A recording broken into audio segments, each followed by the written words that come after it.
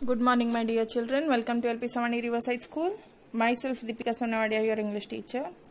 Previous session में हम लोगों ने डोंट बी अफ्रेड का एक्सरसाइजेस और एक्सप्लेनेशन खत्म किया था, right. Today will be starting our new lesson that is Helen Keller, right. Helen Keller. So let us start the story of Helen Keller.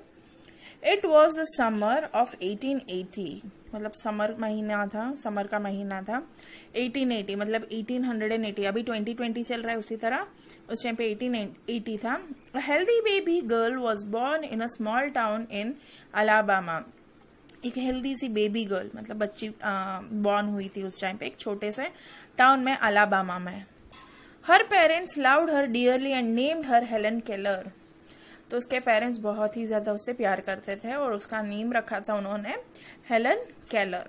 But one day the baby became ill and day after day her fever stayed high.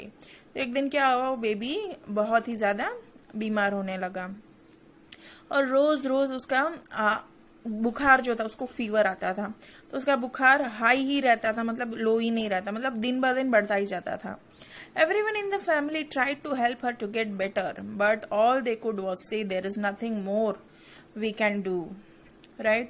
So मतलब इनकी family में सभी ने बहुत ही कोशिश की, मतलब ये बच्चे को बार बार, यानी कि हर एक चीज से, मतलब फीवर को कम करने के लिए हर एक चीज उन्होंने ट्राई की. और वो लोग यही बोलते थे अब इससे ज्यादा और क्या कर सकते हैं हम लोग, इतनी कोशिश वो लोग कर चुके थे. The baby may not live, मतलब उनको ऐसे लग रहा था कि ये बेबी अब नहीं बचेगी, मतलब ये शायद नहीं जिएगी. हेलन लिव्ड, बराबर. पर हेलन क्या हुआ, मतलब बची थी, उस टाइम पे जिंदा थी. But she was not the same after the illness. पर वो, मतलब उसको जो बुखार आ रहा था उसकी वजह से वो पहले जैसी नहीं थी. पर something is very wrong her mother said. उसकी मम्मा को लगा कि कुछ तो गलत हुआ है, मतलब कुछ तो अजीब हुआ है इसके साथ, पहले जैसा कुछ नहीं है, उसकी मम्मा को लगा था. At last they found out what was wrong. फिर उन्होंने जैसे जैसे पता चला, उनको पता चला कि कुछ ना कुछ तो गड़बड़ है, और उन्होंने पता किया कि क्या गड़बड़ है. द चाइल्ड कुड नॉट सी और हियर. मतलब इसकी पहले तो हेल्दी थी, मतलब सब कुछ अच्छे से था, देख रही थी, सुन रही थी. पर जब बीमार हुई उसके बाद से उसे दिखाई नहीं दे रहा था, ना सुनाई दे रहा था. वो बेबी आंखों से, मतलब उसे दिखाई नहीं दे रहा था, ना सुनाई दे रहा था उसे.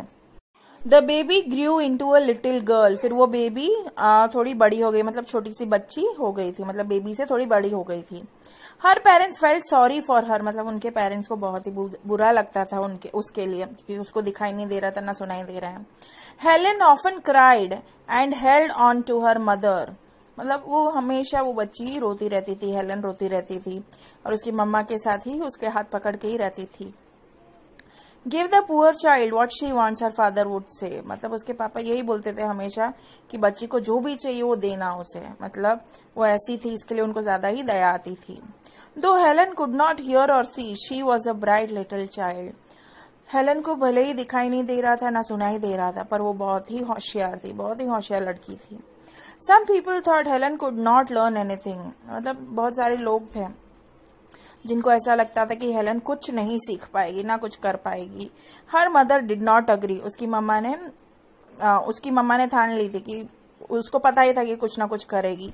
Helen is very smart, she said, and added the problem is how we can reach her. उसकी मम्मा को पता था कि ये कुछ ना कुछ तो करेगी, बहुत ही स्मार्ट है, बहुत ही होशियार है. उसकी मम्मा ने बोला कि सिर्फ यही प्रॉब्लम है कि हम लोग वो प्रॉब्लम को सॉल्यूशन कहाँ से निकालें. She is locked up inside her self. तो हेलन ने क्या किया, अपने आप को अब रूम के अंदर बंद कर दिया. Helen began to grow wild. मतलब हेलन दिन भर दिन, मतलब सभी उसके साथ ऐसे बिहेव करते थे, तो उसको अजीब लगता था. She would not let anyone comb her hair. मतलब ना किसी को वो अपने बाल बनाने देती थी, मतलब वो एकदम से अजीब सी हो गई थी. Her clothes were often dirty, she was often angry. मतलब उसके कपड़े भी गंदे रहते थे हमेशा, और हमेशा गुस्से में रहती थी. समटाइम्स शी इवन ले on the floor and kicked her feet. वो क्या करती थी, कभी कभी ऐसे ही जमीन पे लेट जाती थी और अपने पैरों से लात मारती थी. Her parents thought that they should find a teacher for her. फिर उसके पेरेंट्स ने सोचा कि अब हम लोगों को इसके लिए एक टीचर ढूंढनी पड़ेगी. Miss Sullivan a young teacher agreed to help Helen to learn to see the world. मतलब मिस्टर इसकी एक टीचर ढूंढी इन्होंने फिर मिस सलीवन करके, यंग टीचर थी मतलब जवान थी, तो उसने अग्री किया कि मैं हेलन की हेल्प करूंगी पढ़ने के लिए, ये दुनिया देखने के लिए। Miss Sullivan gave Helen a doll. Miss Sullivan ने क्या किया, उसको हाथ में डॉल दी।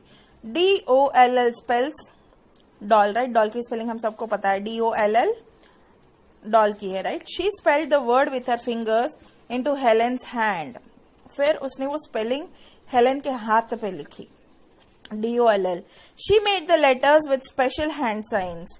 मतलब हाथ पे उस तरह उसने ऐसे अक्षर मतलब लिखा, हाथ पे उंगली से उसने लिखा, जिस तरह से हैंड पे स्पेशल साइन सीखना स्टार्ट हो गई। Helen copied her teacher and spelled doll too. फिर उसने उस टीचर को कॉपी किया, मतलब जैसे DOLL हाथ पे लिखा था उसी तरह उसने भी उस तरह ट्राई किया और सीखा। But she did not understand what she was doing.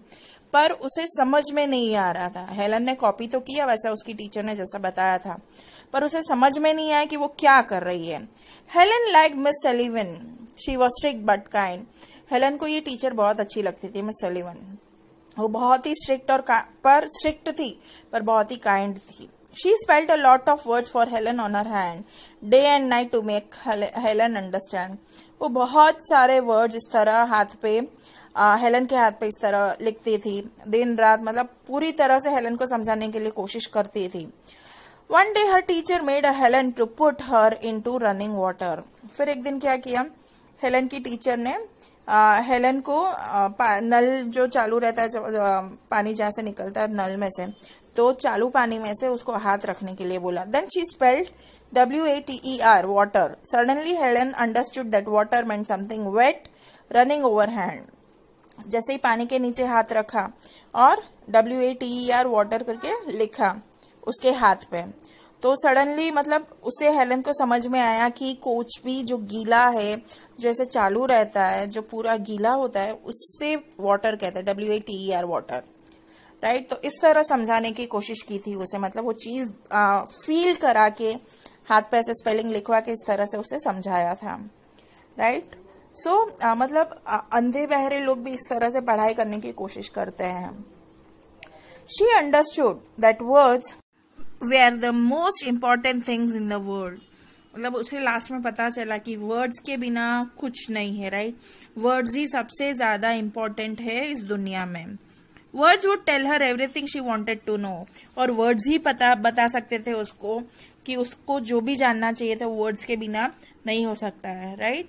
सो मतलब सुने देखे बिना या फिर समझे बिना कुछ हम लोग किसी को एक्सप्लेन नहीं कर सकते हैं, राइट। सो यहाँ पे एक्सप्लेनेशन खत्म हुआ। अब है न्यू वर्ड्स है, हार्ड वर्ड्स है। फर्स्ट इज DEARLY, डियरली, जो सबसे ज्यादा प्यारा हो उसको डियरली बोलते हैं। ILLNESS, इलनेस मतलब बीमारी। AGREED, अग्रीड, अग्रीड मतलब माना। IMPORTANT, इम्पोर्टेंट मतलब बहुत ही ज्यादा जरूरी, राइट। सो हम लोग यहाँ पे हमारा लेसन खत्म करते हैं, बाकी का नेक्स्ट सेशन में। Okay, bye, take care.